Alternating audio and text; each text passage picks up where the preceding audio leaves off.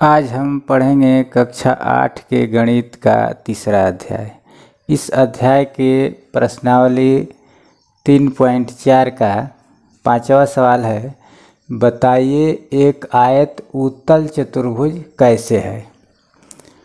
इसको समझने से पहले हमें यह जानना होगा कि उत्तल चतुर्भुज और अवतल चतुर्भुज क्या होता है। इसको समझने से पहले चित्र बनाना जरूरी है। तो आइए हम पहले चित्र बना लेते हैं। यह दो आकृतियां हैं। यह एक आयत है, यह भी एक चतुर्भुज है। तो यह चतुर्भुज है, दोनों चतुर्भुज है। चतुर्भुज में भी इसको आयत कहा जाता है। तो यह जो है उत्तल चतुर्भुज है और यह जो है अवतल चतुर्भुज है। अवतल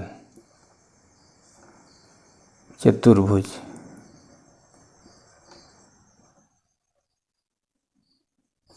उत्तल चतुर्भुज में सभी कोण 180 डिग्री से कम होते हैं तथा विकर्ण अभ्यंतर होते हैं। यह कोण होता है चारों कोण।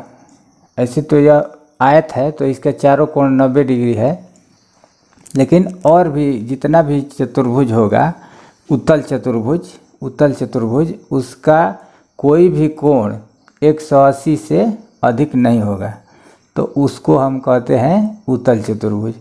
और विकर्ण जो है अभ्यंतर होगा। अभ्यंतर का मतलब कि भीतर में, जैसे यह हो गया, इसका विकर्ण है यह और यह दोनों विकर्ण है।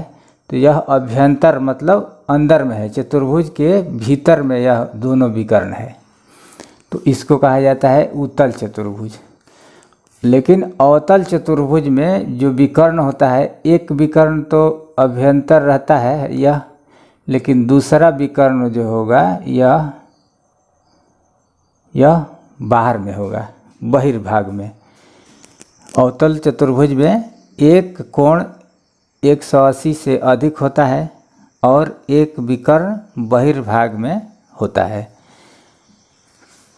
यानी यह जो है, यह कोण जो है यहाँ से लेकर यहाँ तक एक कोण हुआ, एक कोण यह हुआ और एक कोण यह हुआ। यह तीन कोण तो 180 से कम है, लेकिन एक जो कोण है, यह जो कोण यहाँ से लेकर यहाँ तक, यह 180 डिग्री से अधिक है, इसलिए। और एक विकर्ण जो है बहिर्भाग में है। यह जो विकर्ण है चतुर्भुज के बाहर भाग में है, इसलिए यह अवतल चतुर्भुज है। तो इस तरह से उत्तल चतुर्भुज और अवतल चतुर्भुज के बारे में समझ लिए। तो यहाँ पर बताना है कि बताइए एक आयत उत्तल चतुर्भुज कैसे है। तो यह एक आयत है जिसमें आमने सामने का भुजा बराबर होता है। यह भुजा इसके बराबर और यह भुजा इसके बराबर। चारों भुजा आपस में बराबर नहीं होता है आयत में, केवल आमने सामने का भुजा बराबर होता है और कोण 90 डिग्री के होते हैं। सभी कोण 90 डिग्री होता है, तो इसको आयत कहा जाता है। तो आयत को हम उत्तल चतुर्भुज कहेंगे, इसलिए कि इसका सभी कोण 180 से कम है और विकर्ण अभ्यंतर है। इसका विकर्ण जो है अंदर में है, दोनों विकर्ण, इसलिए आयत उत्तल चतुर्भुज है।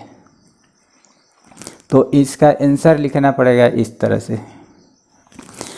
आयत का प्रत्येक कोण 180 से कम होता है और दोनों विकर्ण अभ्यंतर होते हैं, इसलिए आयत एक उत्तल चतुर्भुज है।